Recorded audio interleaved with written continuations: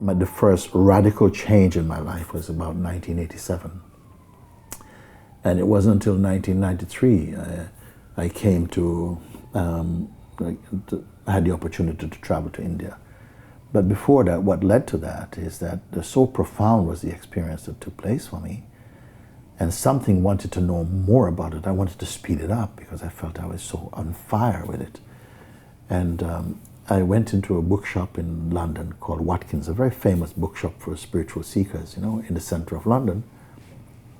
And I'm not used to reading books, even to this day. If you saw me with a book, it's because it had pictures in it. I love pictures. I was trained more as an artist. Not even trained, I just loved drawing. But at this time I felt compelled to look, to find something that would help me to come to a deeper understanding, to analyze or to explain things. And I went to Watkins and was searching along amongst the Eastern religions and spirituality, because I was brought up in Christianity, fairly well comfortable with the Bible and the teachings of Jesus and so on. But now I felt somehow drawn to look at Eastern spirituality. And even though your realization came with the Christian mystic, you still wanted to look east. Yes, it was just an urge, not a calculation, and I sort of felt to go there. And while sort of like looking through to find the smallest book, because I'm not a bit overwhelmed or intimidated by big books again, I saw one book that was turned this way, and it had a portrait of Ramana Maharishi. And I didn't know anything about Indian sages or prophets or saints, but I was very, very touched by the serenity I found in that was shining through this picture of this Indian man. And it's, wow. It was a tiny book, and it was on self-inquiry. It was the first time I heard the term, So I picked this little book and I sat down and started flicking through the pages. And I was so shocked at what I found, because what I saw it felt very mental to me, you're not this and you're not that and this and so on. And so I actually felt that there was a mistake in the printing and that they had put the wrong cover on this book. So I actually went to one of the guys and said, actually, I think you need to take this off. And there's a printing error, because I feel that this is a wrong photograph for this book. And he said, no, this is Ramana Maharishi, his teachings. I was appalled at that. I said, okay, I put it back.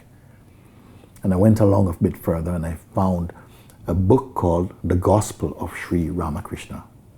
And perhaps the word was gospel that sort of connected with me. And I pulled this fat book that looked like a Bible also. And I started just to flick through the pages and was reading, and it really resonated with me, something there, And that was the first book I bought. And I took it home. I started to read from the beginning, and I could not put it down.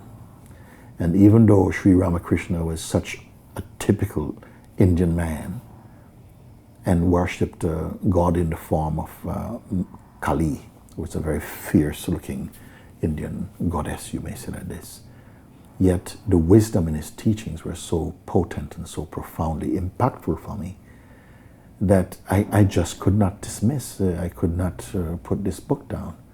And it was through the reading of Ramakrishna's message and teachings that the urge to go to India arose in my heart from that. That's how it came about. But he wasn't teaching self-inquiry necessarily. No, he was not.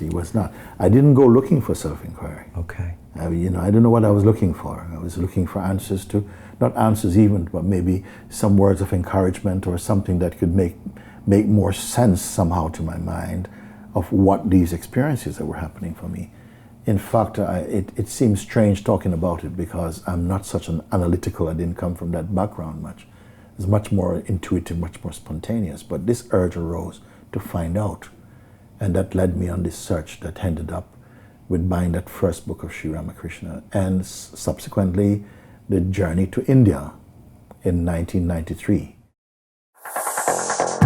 Continue watching this fascinating conversation for free by clicking on the link below to visit our website, learn from the best minds in the world, and connect with a community of passionate people building the best versions of themselves. Just click on the link below, and I'll see you on the inside.